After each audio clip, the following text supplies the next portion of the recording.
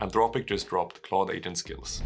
And on paper, it sounds really simple, but it's actually one of the biggest upgrades they've shipped. Because now you can teach Claude how to execute your workflows with more process and precision.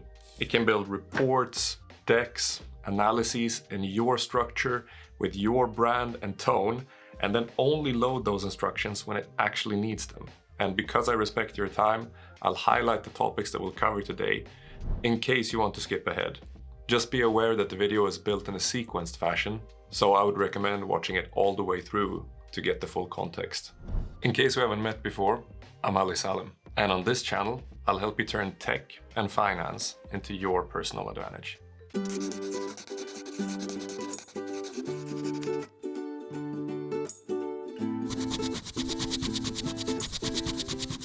Let's start with the basics.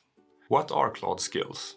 You can see it as modular, task-specific instructions that Claude triggers only when it needs it. Kind of like mini programs that teach Claude how to do something your way, whether that is building presentations in your company format, summarizing reports in your tone, or creating tasks that follow your workflow conventions. Now, you're probably thinking, how is this different than projects, custom instructions, or MCP? So let's just quickly compare them so that the concept of skills are clear to you. So let's shift gear over to the screen.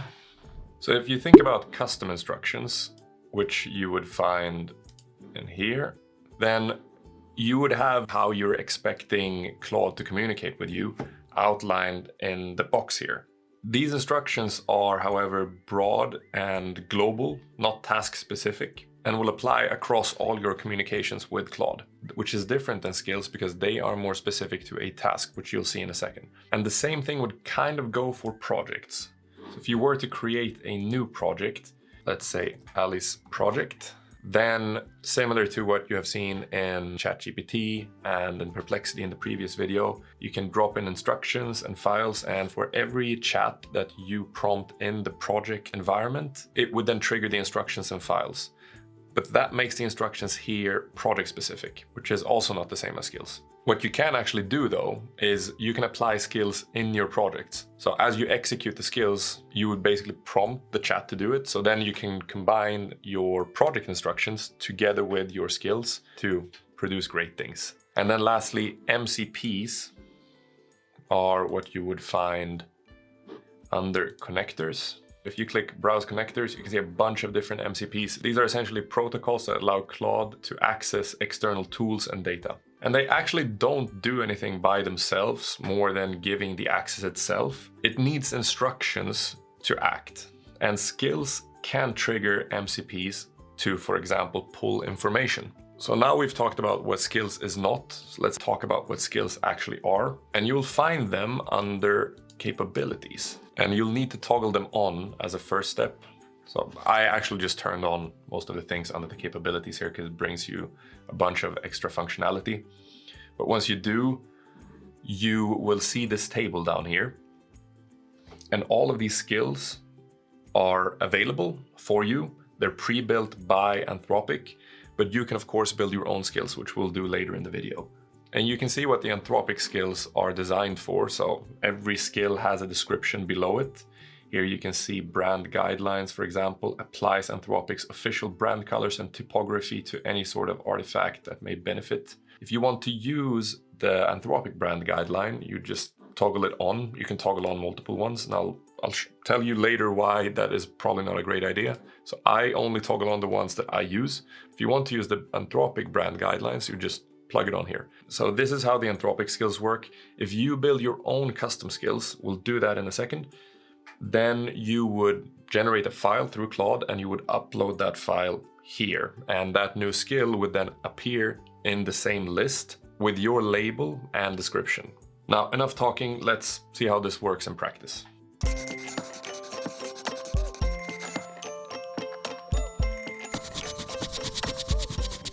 So we've toggled on the brand guidelines, and you can either just shift from this view, or you can open a new chat and just prompt it to use the brand guideline skills. There's a shortcut that you can use here by clicking the three dots and then try and chat. And you'll see that it pops open a chat for you and kind of prompts it to use the brand guidelines. You don't need to do this. You can literally just, what I like to do is literally just copy the name like this.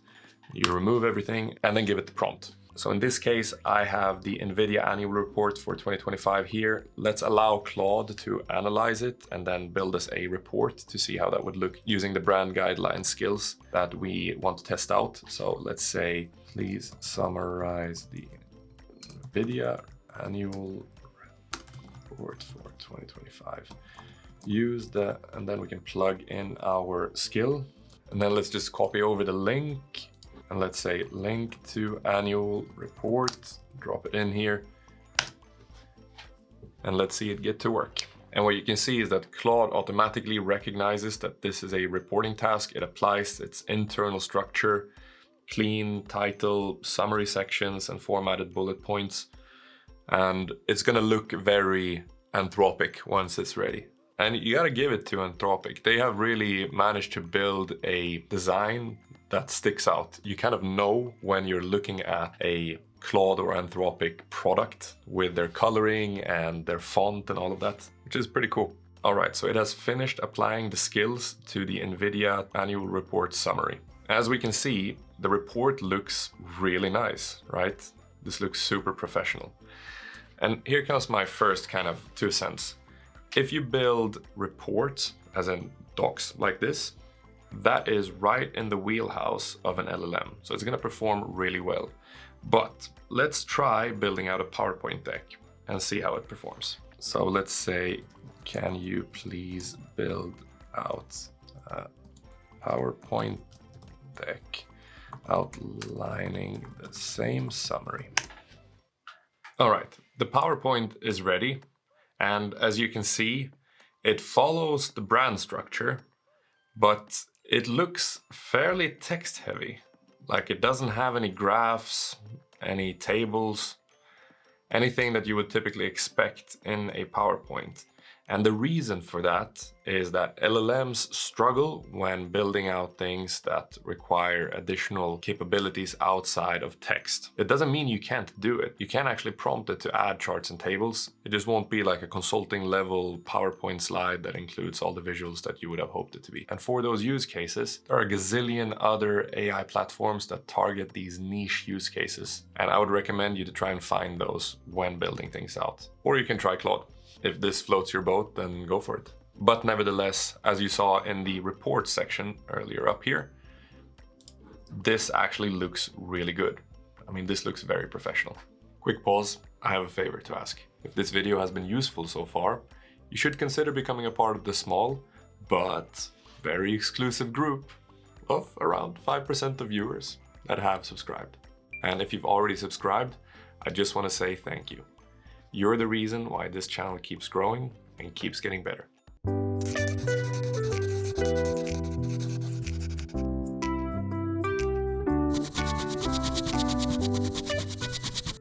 Now, let's take this one step further and make a custom skill that follows my branding instead of Anthropic's. To be clear though, you don't need to replicate your version of existing Anthropic skills. You could do something completely different. Like a product validation skill, if you have a set of product validation criteria that you typically run through every single time, i.e. it's repeatable. Another example would be a social media post generator, where you could give it access to all your previous posts, so it can mirror your style, your tone, analyze what worked and what didn't work, and then go search the web for topics that are booming to increase the chances that your posts go viral. But again, I'm not going to do that here because I wanted to give you an apple-to-apple comparison of how it would look with a custom skill so you can benchmark it against an Anthropic skill. But again, you can be super creative here. When you try it out, go wild. The world is your oyster. So for my branding, I built my own template in Gamma. It looks like this. It's basically a short presentation on what MCP is. Honestly, the content is irrelevant though. I just want Claude to pick up the brand style for our exercise. So let's try it out. I will dump in my prompt and just quickly going through it. It doesn't need to be this text heavy. It's just the one I used here, and I'll leave it in the comment as well as in the description so that you can access it in case you want to copy this. What's happening in this prompt is that I'm asking it to create a skill called Ali's brand skill. The skill must reference and analyze the reference PPT, which is going to be this one. And I will also include it in the file that I upload here. And I'll show you how that looks in a second, but that's actually a really good way of making sure that the material that you want the skill to run through is a part of the collateral that you load up when you create the skill. So we're giving it instructions to use the brand reference PowerPoint, apply those exact styling patterns, and match any visual hierarchy, spacing, design elements, etc.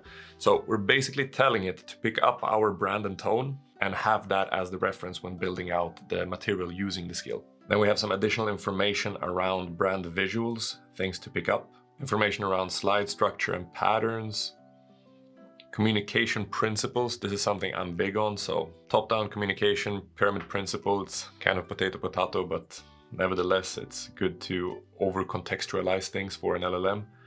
Conciseness and completeness, as well as action-oriented. So I prefer my input and my output from the LLM to be action-oriented rather than trying to cover all the ground on the topic that I am discussing with it. And then some additional information here on the PowerPoint presentation itself. Examine the reference point and replicate the layout patterns exactly. You don't need to do it this way. There are drawbacks of doing this, by the way, because now the content of your PowerPoint becomes the recipe. So if your PowerPoint that you upload is not exhaustive of all the things that you want to do, this could throttle the output from Claude, because there might not be a suitable slide for it to use when it's creating your material. And then some additional rules of how it should build out the presentation. The same for Word documents in case you're going to build reports. And then some steering on the approach itself. So lead with so what. This is a common practice within consulting. So instead of, for example, having a bunch of statistics, that statistic should tell a message. So that's the kind of so what message. And I want Claude to incorporate that same concept of always asking so what. And then some additional sanitaries here. Use data and frameworks to support assertions. Prefer showing over telling. So I'm asking it to do diagrams rather than paragraphs. It's not going to work that well for PowerPoints, but nevertheless. And end sections with clear implications or next steps. And then as a final kind of push, I'm telling it to again benchmark against the reference file and make sure that the output is coherent with the brand and tone consistency. Now, the last thing here is on formatting rules. This is actually something that I added because it failed to upload a couple of times. And every time it fails to upload, it will kind of give you an error message. And I just ask Claude again to fix the stuff that needs to be fixed. So in case you see that, you can use the same practice, just let it debug itself and it will work. But this is probably a good one to add at the bottom because there are some formatting in the way that it builds up the skill file itself that needs to be complied to. Now, the last thing we're going to do is just attach our brand reference file. So you can either drag and drop it or you can click on upload file here. So here we go. The file is uploaded and we are ready to go. Now, this usually takes a little bit longer, so you know what time it is. Cheers. All right, it's done. So what it has produced for us is 3 separate outputs. First is the actual skill together with the reference material. So this is actually the important one. And then we have a brand analysis summary. So it's basically giving us an overview of the material that we have in the skill. And then lastly, it's giving you an installation guide and what to do to troubleshoot, etc. You can read this if you want to, but I'll show you how to do it instead. So let's download the zip file. So it will land in your download folder and it's going to be a zip file. So if you pop it open, it's going to open a normal file. And you will have a set of information files in here. Now, the important one is going to be the skill markdown file here. That is really all a skill is, by the way. It's a markdown file that contains the instruction that Claude is going to use to build out the skill. But then if you have a reference material, like we know we do with the brand reference, then it needs to be in the file as well. And then it gives you a README file that includes some instructions. It's giving you the installations, overview of the key features, etc. I'm not going to go through it. You can read it once you create your first skill. And then I should probably show you how the skill itself looks. So some initial information around the name of the skill. This is actually what's going to show in Claude once we upload it together with the description. Hold on, let me zoom in here. All right. Much nicer, right? Okay, and then we have some important steps that we should look at. So it's outlining the steps that it should follow when executing the skill, some additional instructions around applying the brand analysis when creating presentations, so it's always going for the reference deck. Here's some information around the color palette. I did want to show you something. Here it is. So I told you before that having hard reference on the slides themselves is like a blessing and a curse, because it's going to make you more accurate, but it's also going to require more out of the slides, and this is why. So here it basically took all of our slides and decomposed them into separate structures within this markdown file, and this is what is going to be referenced in the skill. So if you're asking this skill to create a deck for you, then these are the building blocks it's going to use. Anything outside of it is not going to look coherent. And then we have some additional information around the communication itself. So top-down structure, conciseness, and all the other stuff that I prompted it to output for us. And the further you'll drill down into the file, the more you will see that it's giving it more explicit instructions on how to execute the file itself. I'm not going to go through it. You can read it in detail if you want to. Just know that the skill itself is just a markdown file with instructions on how to execute the skill. So let's actually drop this in. Now the way you do that is you go back to your settings, and then you go to capabilities, and here you have upload skill. So let's just click it, and it tells you that you need a zip file that includes exactly one skill at the root level. So you can't upload multiple skills at the same time here. Let's drop that in. And here we go. Now we have Ali's brand skill as one of our custom skills. And you can separate them based on the information below here, added by you just now, whereas the remaining ones are the standard Anthropic skills that come out of the box. So let's put this bad boy into action.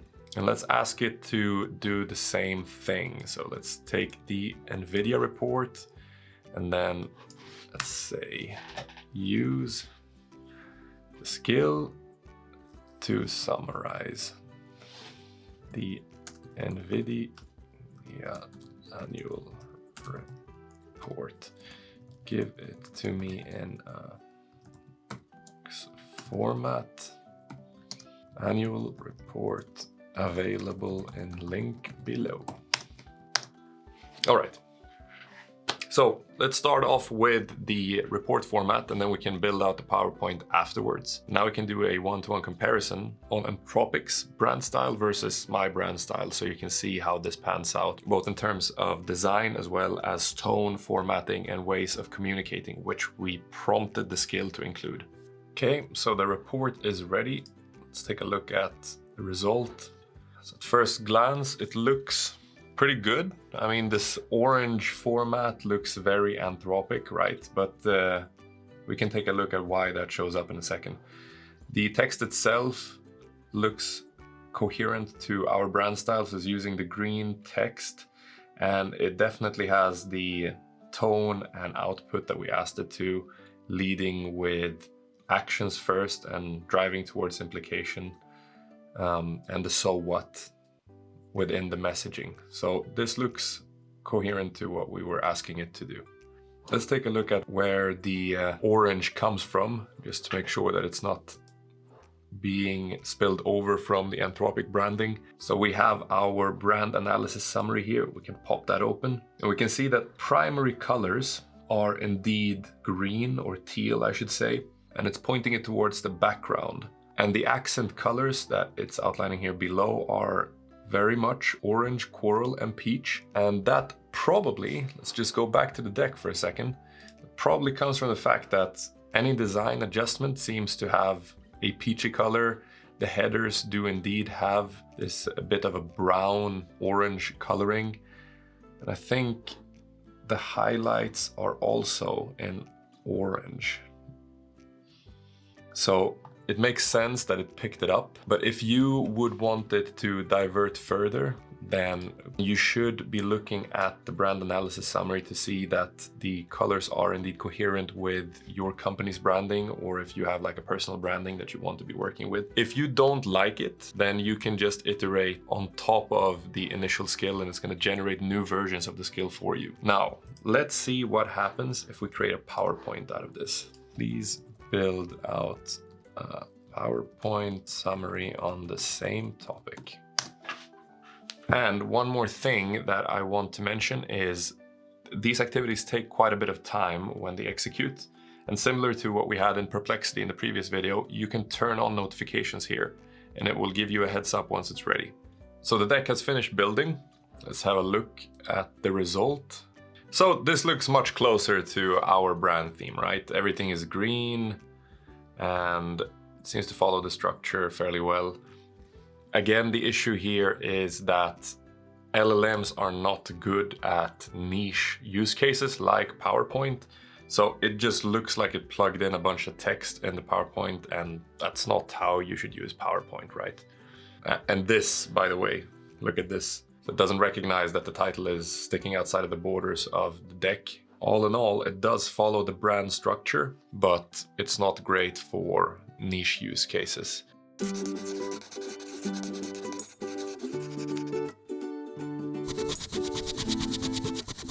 Now let's talk about the community skills, because this is something that I assume will be growing over time. And honestly, why do the heavy lift of trying to create a super strong skill if you can recycle the same work that someone else has done and is proven to be very effective? This is where you should actively browse for useful skills when you are leveraging Claude. Now, the best place to do that right now is on GitHub. It would look something like this, where there is going to be a repository containing a bunch of skills, and most of them will follow the same structure. So they will have a README file that explains what's going on, and there will be a markdown file that contains the skill itself and potentially some supporting scripts or collateral. And there are many ways that you can download the contents from GitHub if you haven't used that before. The two ways that I'm going to show you here are either to download the full repository, which is if you click code here, you can download a zip file containing all the contents that you can see in front of you. So then we would download all these skills that we can see here, or we can download the individual skills. So let's just pick one of them. The ones at the top look like the standard skill from Claude. How about this image enhancer? That sounds fun. I don't think that this will be super effective, to be honest, because again, it's outside of the wheelhouse from what an LLM is typically very effective in. But hey, why not try, right? So once you're here, you can just click the file, you'll see the contents of it. So this is the skill file, the markdown file, and then you can just click download file and it will download it for us over here. Now the important thing is if you try to upload it, it's going to tell you that it doesn't accept it. So let's say that we go in here and we try to upload the file. Let's drop that in, oops, like that. It won't accept it. It needs to be either in a skill format, which is what you would download it from if it comes directly from Claude, or in a zipped format. So let's just plug this into a zipped format. And we do that by just creating a new zipped folder. You can call this the image enhancer. Drop the file in there. And now actually just validate the file is indeed there. Yeah, looks good. Here we go. And now we can see that the image enhancer is indeed here. Let's use it. So let's say use the image enhancer skill to improve the quality of the attached picture to 4K. Now let's find a picture that is somewhat blurry, and let's take this picture of one of the thumbnails that I created before. I know it wasn't of the absolute highest quality. It's funny because when I created that thumbnail, I was actually just drop it in here because I can multitask. I was actually just setting up things in the studio before recording and checking that the camera was aligned. And then I was like, hey, that picture actually looks pretty badass. It's literally on the wall back here.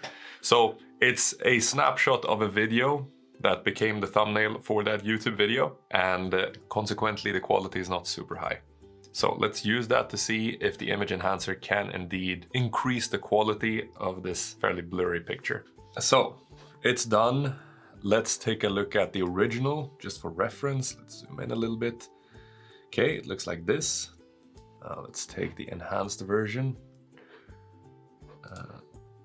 Let's take a look at how that looks. Yeah, maybe a little bit sharper. I'm surprised in a positive way, I must say, because I thought that it would honestly just blur the crap out of the picture. But hey, looks like it was fairly in line. So there's one thing I do want to point out before you go off finding community skills, and that is security.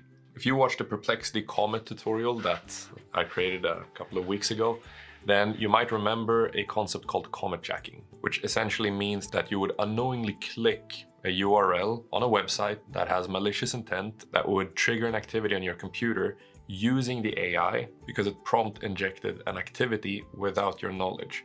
When you're using skills, there is a risk of something similar happening. It's not as big as it is with Comet, because Comet literally takes control of your browser, but still, be careful when you're using the skills, especially when you're downloading public skills from the communities. That said though, it is a very powerful tool to recycle other people's skills to help you elevate your performance when using Claude.